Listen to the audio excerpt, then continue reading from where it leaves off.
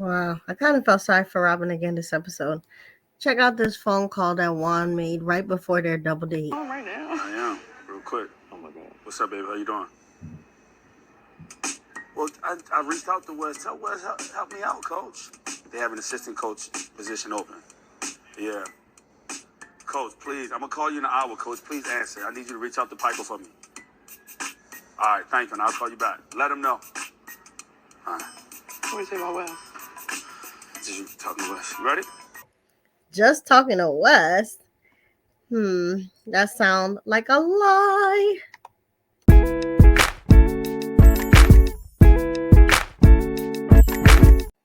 Hey y'all, it's your captain for all things creative coming at you with the Real Housewives of Potomac Season 8, Episode 9 review. If you are new to this channel, welcome. Please like, share, subscribe, all that good stuff. And if you are returning, thank you so much for rocking with us. Let's get into this episode. But first, let's actually start off with the Essence article that came out 3 days ago that roasted this show. And actually, everything that was said in the Essence article came up in the episode. So I put the link in the description box, but really, a lot of people are not happy with the Real Housewives of Potomac. It's one of those shows that people were rooting for, again, because it showcases Black women that are supposed to be aspirational, but really the only one who's holding their own very well all the way is Karen and Wendy to some extent and Candace. But really the rest of them are doing a lot of foolishness that got exposed in the Essence article. Now, some of the experts, excerpts rather from the article include that the disputes in the show includes implication of witchcraft shrines, most of which are perpetuating ignorance, xenophobia, and fear-mongering. Since we have two women who are not only from Nigeria, they're actually the same ethnicity, and then happen to be experiencing conflict as a result of cultural differences within their ethnicity, which in other words, they're now airing dirty laundry that had no business being aired all the way in America.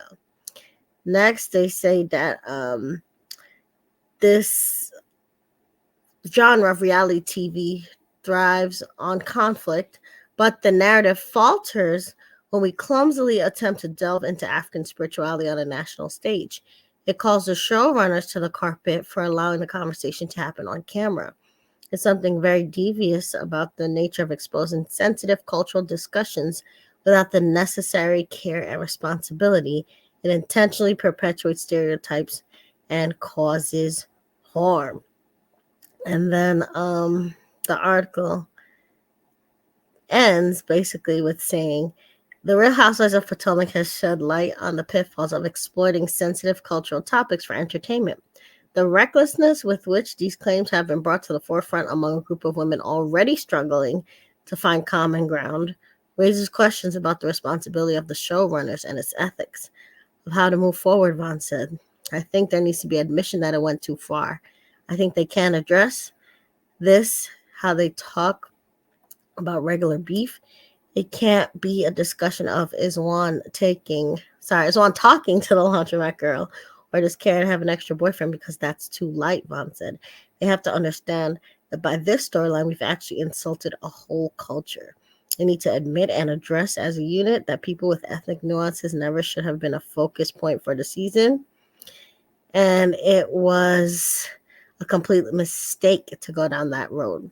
As viewers, it prompts us to reflect on the boundaries between entertainment and cultural sensitivity, urging a more thoughtful approach to storytelling that respects the dignity and nuances of diverse backgrounds.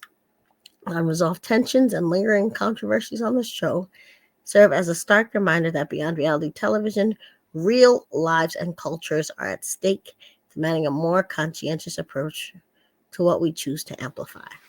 So again, the link is in the description box. And it really sums up a lot of my issues with the show this season, but still, I'm here rooting for Karen. And that's really the only reason why the show is anything to look at, because her heart, her genuine love of, her causes and her family, her friends shines through. So we're going to just keep supporting Karen. This is a Grand Dame stan page, but really, The episode again was filled with all the same problems that was raised in the Essence article. So let's get into it. So first you see Eddie and Wendy catching up, and next you see Giselle, Ashley, and Charisse talking about the Austin trip.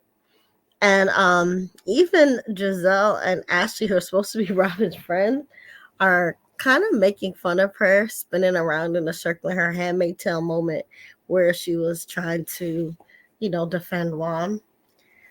Um, Next, you see Karen confronting Ray about some phone call where he didn't handle it the best. And then she talks about her heart health and her event with PAVE. She invited all the girls to it again. This was the main event of the show, and it highlights Karen's cause to raise awareness about, sexual assault. And she, again, is carrying this season on her back. God bless you, Karen. So, the next scene, which you saw part of in the intro to the video, is Mia and Gordon having a double date with Robyn and Juan. And it's a cooking class to make pasta. So then, right before they enter, Juan gets on the phone and Robyn's like, really, right now?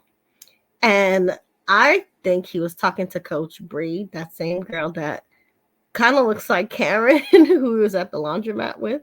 Since, as you saw in the preview, he answers the phone saying, "What up, baby?"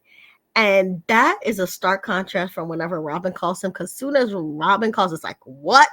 or "What up, Rob?" He talks to her like a dude that owes him money. And she does kind of, you know, owe him money from spending up all his basketball money. But this person he calls baby. And then he asked them to talk to Coach West. But then when Robyn asked him who he's talking to when he hangs up, he says he was talking to Coach West. From what I gathered, so he's lying, and I think he's playing in Robyn's face. He's there at the house now because he don't have a job, and maybe he's trying to get Robyn back for all the money that she lost by making her bear the financial weight in the house. And maybe they're doing it for the kids. Maybe they are in love, but he seems to be playing in her face, so it's a little sad to watch. But Robyn and Mia talk about how Robyn's gonna open up a Glow 30 facial franchise, and Mia approves of it. And it's always interesting how each season Robyn has a new hustle. I remember when she was like driving trucks, and she was also flipping houses. Then she was making those dollar store hats with the satin lining inside. Then she was, doing the podcast with Giselle.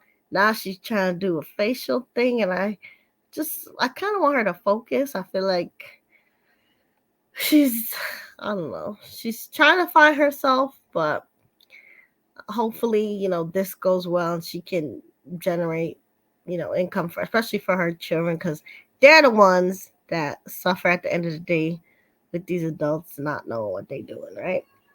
So then they talk about Austin, and then Mia admits that she told Robyn that Juan's story sounded weird, and she asked Juan directly, about the whole story with the hotel and the mistress from Canada. And then Juan tells the same stupid story that he told Robyn, and Robyn told the world that nobody believes. And then Mia asks, why didn't he just pay for the girl's credit card over the phone? Because you can do that over the phone. And he admits that no, he went to the hotel in person, put down his card, because the girl's purse was stolen, which I think is a new detail. I think before they were saying that the girl lost her purse, but then Juan said it was stolen, which makes me extra think it was a lie, because it's like telephone. The story keeps changing a little bit every time we hear it. And then Mia says in her confessional that it seems like they've been practicing this story. And he basically says it's not going to be a next time, and Juan owns his mistake. And then Mia and Gordon and Juan and Robyn bond about their scammers who took their money, since both of them had experience of being scammed. And the person who scammed them actually left Earth early after the guilt got to them, right? So next you see Wendy meeting with her mom, and the Osu shrine, all those stupid allegations kind of surface again. But first, Wendy definitely, lets us know that the mother's health was on the line. She asked her mom about the procedure, and then the mother said it was elective. So it seemed like she was doing some kind of plastic surgery stuff, but she said even though it was elective, there were complications that arose, after the procedure. So then she went to the hospital and she got better after that. So then Wendy tries to ask her about the whole NECA situation. The mom's like, "Who is NECA?" And the mom was generally confused, like she don't know who NECA is. But the mom says she does know who Lebe is, and she says that basically, the mother saw Lebe or considered Lebe kind of like as a daughter, since she said Lebe attached herself onto their family so much. But then she admits that she did call Lebe, and she just spoke to her about the difference between friends and enemies. Now, do I think that that conversation was probably spicy? Yes, because Wendy's mom is spicy. But I do believe that, she only talked to Lebe. And a lot of what we're getting from NECA is telephone and people adding stuff secondhand, to whatever Wendy's mom said. And then Wendy's mom basically finishes the story saying the only shrine that she knows is St. Jude's Shrine in Baltimore, which is a Catholic church, basically. So she confirms what Wendy was saying, that, the shrine allegation is just silly and salacious. And it's a big problem with the show when they have somebody willing to throw their whole culture under the bus and make these voodoo allegations, these witch allegations, so carelessly, not really caring about the impact that it has in contributing to xenophobia and ignorance. So then, before Karen's big events, basically you see a scene of Giselle and Grace taking a self-defense class, and she's going off to college. And it's really sad that, girls have been socialized, to protect themselves and be on guard. And boys, I guess are slowly being socialized more to ask for consent. But I think that the culture still is very much explaining away and forgiving of men's violence, and really asking women to bear the burden of trying to protect their safety when, people aren't safe in a lot of ways when violence is glorified, and we can't even, get gun control down, so it's a lot. Next thing you know, Giselle tries to call Jason at the end of their daughter day, and Grace is over it and tells Giselle that her feet stink, I think out of retaliation. So then you see a short scene with Candace calling her mom while driving and saying that she and Nick are about to meet. And then she also says that they found 2 lumps during her mammogram, but they think that it is her lymph nodes appearing, I guess. But then the mom says to retest. And then Candace and Aneka have their conversation about Wendy, basically. And Candace asks Neka to talk to Wendy, and Neka asks if they could have a friendship without Wendy being a factor, since it seems to me that Neka has the beef and does not want to make it right or move on with Wendy. And then Candace admits that they kind of do have parallel lives, since both she and Aneka are on a trying to conceive journey with their fertility concerns. So maybe they can be friends, but Candace does admit she feels like she would be betraying Wendy if she maintains a friendship with Aneka without encouraging her to do right by Wendy. So then it's the main event, Karen's PAVE event. Giselle shows up first, and she looks pretty decent for Giselle.